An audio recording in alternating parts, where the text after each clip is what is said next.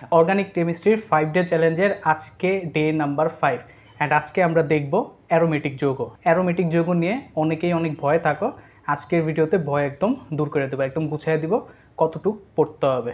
ঠিক আছে, যারা আগের দিনগুলোর ভিডিওগুলো দেখো নাই তারা সেগুলো দেখে আইসো। তাহলে চলো ডে নাম্বার 5 শুরু করি। তো আজকে হচ্ছে আমাদের ডে নাম্বার 5, আমাদের শেষ দিন আজকে।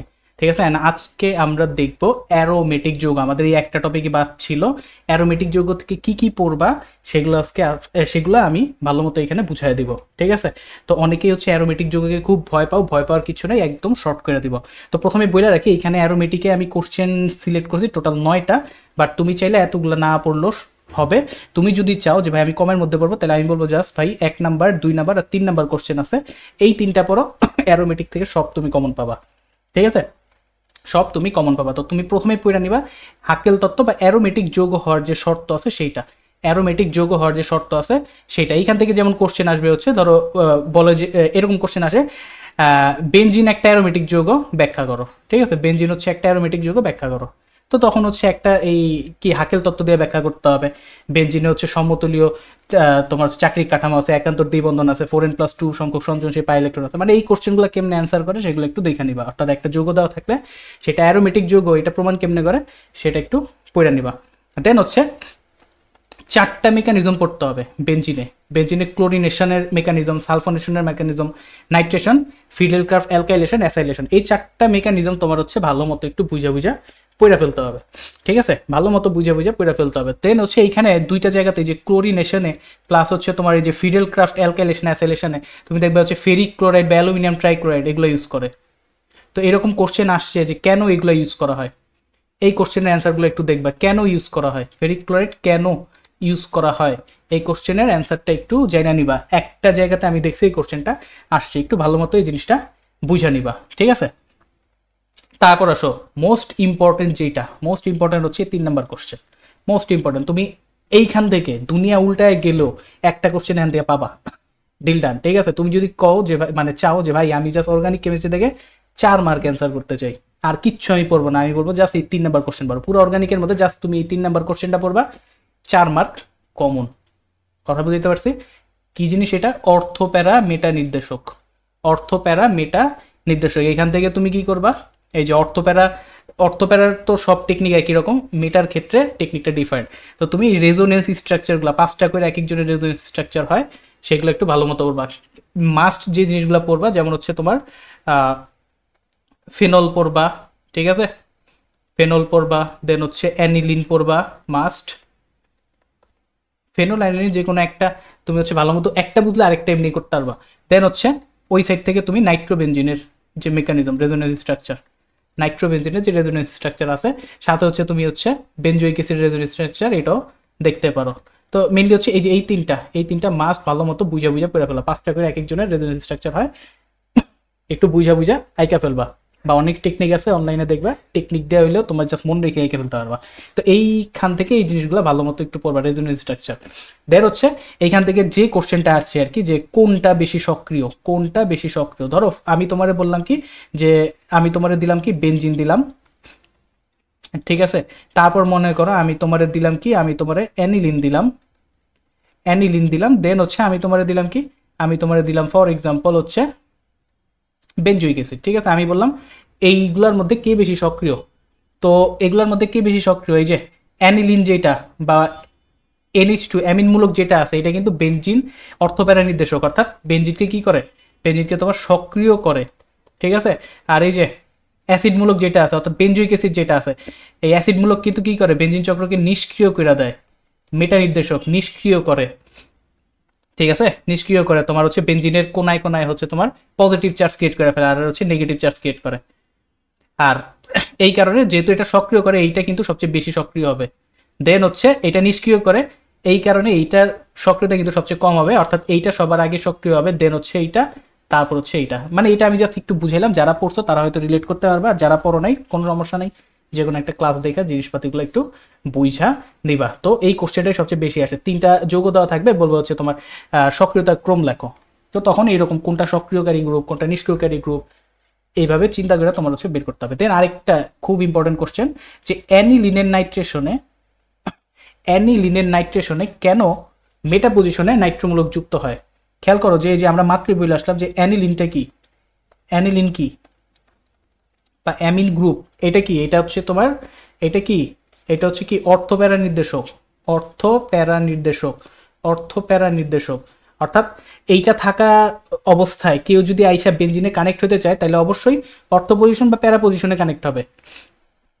কিন্তু দেখা যায় যে যদি তুমি নাইট্রেশন করো, এইখানে এখানে যদি নাইট্রেশন করো, এইখানে যদি নাইট্রেশন করো, সেই ক্ষেত্রে দেখা যাবে কি নাইট্রোমূলকটা যুক্ত হবে এই জায়গাতে। এটার কারণ কি, এটার কারণ হচ্ছে এইদের রিয়াকশনে H+ তৈরি হয়ে যায়, যে H+টা কি করে অ্যানিলিনিয়াম আয়ন তৈরি করে ফেলে, অর্থাৎ NH3+ তৈরি করে ফেলে। তো এই অ্যানিলিনিয়াম আয়ন যেটা, সেটা কিন্তু আবার মেটা নির্দেশক। আমি জাস্ট একটু হালকা করে জাস্ট বলে রাখলাম, যারা একদম মনে করো পড়োই নেই তারা হয়তো এই টপিক দেখা খুঁজে বাই করতে পারবে না, এই কারণে আমি একটু হালকা ওভারভিউ দিয়ে রাখতেছি, ঠিক আছে। তো এই জিনিসটা একটু পইরা নিবা যে অ্যানিলিনের নাইট্রেশনে কেন নাইট্রোমূলক মেটা পজিশনে কানেক্ট হইতেছে, এটা একটু তোমার ভালো মতো বুঝিয়া পড়ে ফেলতে হবে। তো তুমি যদি বলো যে ভাই বেঞ্জিন থেকে আমি কমের উপর দিয়ে পড়তে চাই, এই মানে অ্যারোমেটিক থেকে, তাহলে এই 1 2 3 পড়ো, শেষ, আর কিচ্ছু লাগবে না, কিচ্ছু লাগবে না। যদি এর থেকেও কম চাও তাহলে এই যে এটা পড়ো, এটা জাস্ট বুঝো, এটা জাস্ট বুঝো, ঠিক আছে। এইবার যারা মনে করে একটু বেশি পড়তে চাও যে না ভাই আমি আর একটু পড়বো, তাদের জন্য পরেরগুলা। তো এইটা আসলে একটু ছাড়া পড়া বাকিগুলা, যে বেঞ্জিন কোন কোন জায়গা থেকে বেঞ্জিন তৈরি করা যায় এখানে আমি লিখছি, এগুলো সব থেকে বেঞ্জিন তৈরি করা শিখবা। যেমন অ্যালকেন থেকে বেঞ্জিন কেমনে, ওই যে তোমার প্লাটিনাম অ্যালুমিনিয়াম অক্সাইডের উপস্থিতিতে 500 ডিগ্রিতে দিলে 3টা ধাপে অ্যালকেন থেকে বেঞ্জিন হয়, এনএক্সেন থেকে বেঞ্জিন। তারপর অ্যালকাইন থেকে বেঞ্জিন বানানো যায়, আয়রনের মধ্যে দিয়ে 3 অণু তোমার হচ্ছে ইথাইন যদি পাস করায় দাও, সেই ক্ষেত্রে সেটা কি বেঞ্জিনে কনভার্ট হবে। তারপর হচ্ছে বেনজোইক অ্যাসিড থেকে বেঞ্জিন, সোডা লাইম ইউজ করে বেনজোইক অ্যাসিড থেকে বেঞ্জিন বানানো যায়। তারপর ফেনল থেকে বেঞ্জিন বানানো যায় জিঙ্ক দিয়ে, ঠিক আছে। দেন অ্যানিলিন থেকে বেঞ্জিন ড্রাইজোনিয়াম সল্টের মাধ্যমে। তারপর হচ্ছে টলুইন থেকে বেঞ্জিন, ঠিক আছে। মানে পারস্পরিক রূপান্তর একটা থেকে আরেকটা, মানে এগুলো তো আর পারস্পরিক হবে না যে হচ্ছে বেঞ্জিন থেকে অ্যালকেন, বেঞ্জিন থেকে অ্যালকেন, এগুলো হবে না। মানে বাকিগুলো পারস্পরিক রূপান্তর, অর্থাৎ বেঞ্জিন থেকে কেমন বেনজোইক অ্যাসিডে যাওয়া যায়, বেনজোইক অ্যাসিড থেকে কিনা আবার বেঞ্জিনে যাওয়া যায়, বেঞ্জিন থেকে কিভাবে ফেনলে যাওয়া যায়, ফেনল থেকে আবার কিভাবে বেঞ্জিনে যাওয়া যায়, এভাবে পারস্পরিক রূপান্তরের রিয়াকশনগুলো একটু দেখে নেবে। মানে এগুলো একটু মানে ওই গেমের মতো, ঠিক আছে। এই আগে কিন্তু বলে রাখছি, তুমি যদি 1 2 3 পড়ো অ্যারোমেটিক থেকে তোমার সব শেষ। আর কেউ যদি একটু বেশি পড়তে চাও সেই ক্ষেত্রে এই জিনিসগুলো একটু পড়ে নিবা, ঠিক আছে। তারপর আসা হচ্ছে অ্যামিনের ক্ষারকত্বের ক্রম, অ্যামিনের ক্ষারকত্বের ক্রম। অ্যামিনের ক্ষারকত্ব ডিপেন্ড করে কি নাইট্রোজেনের কাছে কত ইলেকট্রন সাপ্লাই আসতেছে সেইটার উপর। তো ওইভাবে হচ্ছে তোমার অ্যামিনের ক্ষারকত্বের ক্রমটা একটু ভালো মতো বুঝা নিবা, ঠিক আছে। তারপর কিছু নামধারী বিক্রিয়া আছে, যেমন ধরো হফম্যান ডিগ্রেডেশন, তারপর হচ্ছে তোমার কার্বিলামিন, দেন হচ্ছে স্যান্ডমেয়ার রিয়াকশন।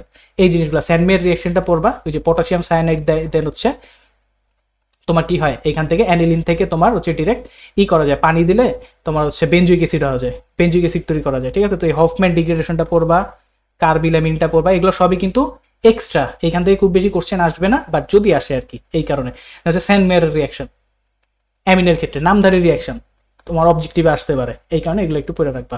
দেন আসো ফেনল থেকে কেমনে ক্লোরোবেনজিন বানানো যায়, দেন হচ্ছে ফেনল থেকে কিভাবে অ্যানিলিন বানানো যায়। ক্লোরোবেনজিন বানাইতে হলে মনে করো হচ্ছে তোমার এই PCl5 দিয়ে দিলেই হয়। তারপর হচ্ছে অ্যানিলিন বানাইতে হইলে তোমার মনে করো হচ্ছে অ্যামোনিয়া দিলে হয়। এই রিয়াকশনগুলো একটু পড়ে রাখবা, ঠিক আছে। ফেনল থেকে ক্লোরোবেনজিন, ফেনল থেকে হচ্ছে তোমার কি অ্যানিলিন, এই জিনিসগুলো একটু পড়ে নিবা, মানে রিয়াকশন আর কি, এগুলো জাস্ট রিয়াকশন, এগুলো কিন্তু কোনো মেকানিজম কিছু না, একদম ডিরেক্ট ছোট ছোট খুচরা রিয়াকশন।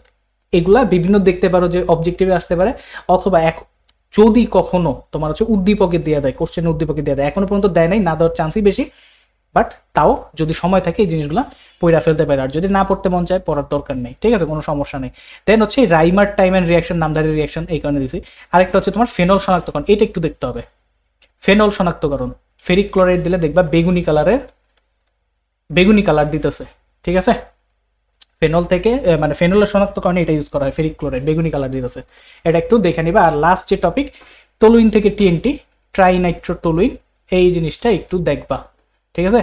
এই জিনিসটা একটু দেখবা, টলুইন থেকে TNT কেমনে বানায়, বিস্ফোরক কেমনে বানায়, ঠিক আছে। তো এই হচ্ছে তোমার মোটামুটি অ্যারোমেটিক যৌগের জিনিসপাতি। যদি কষ্ট লাগে জাস্ট 1 2 3 পড়ো, আরো কষ্ট লাগলে জাস্ট এই 3-এর এইটা পড়ো, ঠিক আছে, তাইলেই ডিল ডান। সব মানে অ্যারোমেটিক থেকে যা আসবে পেরে যাবা।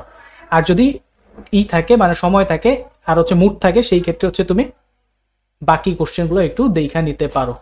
ওকে, ঠিক আছে। তো এই হচ্ছে আমাদের মোটামুটি 5 দিনের প্ল্যান। এই 5 দিনে তুমি এই 5টা এই টপিকগুলো শেষ করার পরে তারপর তুমি যাবা কি বোর্ড কোশ্চেনে যদি তুমি এমনি পড়ো দেন হচ্ছে এই ছেলের মতো দেখো কনফিডেন্টলি পরীক্ষায় হচ্ছে অ্যান্সার করতে পারবা। ঠিক আছে, খুবই কনফিডেন্স সহকারে জৈব যৌগ অ্যান্সার করতে পারবা। দেখা যাবে যে তুমি যেখানে জৈব যৌগ স্কিপ করবা ভাবতেছিলে সেইখানে তুমি বোর্ড পরীক্ষাতে যায় প্রথমেই জৈব যৌগের 3টা কোশ্চেন অ্যান্সার করে বসছো। ঠিক আছে, তো যেভাবে বললাম এভাবে পড়ো। কোনো যদি সমস্যা হয় কোনো কিছুতে অবশ্যই আমাদের গ্রুপগুলো আছে সেইখানে কোশ্চেন করতে পারো, আমরা অবশ্যই অ্যান্সার দেওয়ার চেষ্টা করব। ঠিক আছে, তাহলে দেখা হবে পরের কোনো ভিডিওতে। ততক্ষণ পর্যন্ত সবাই ভালো থাকো, সুস্থ থাকো। ধন্যবাদ সবাইকে।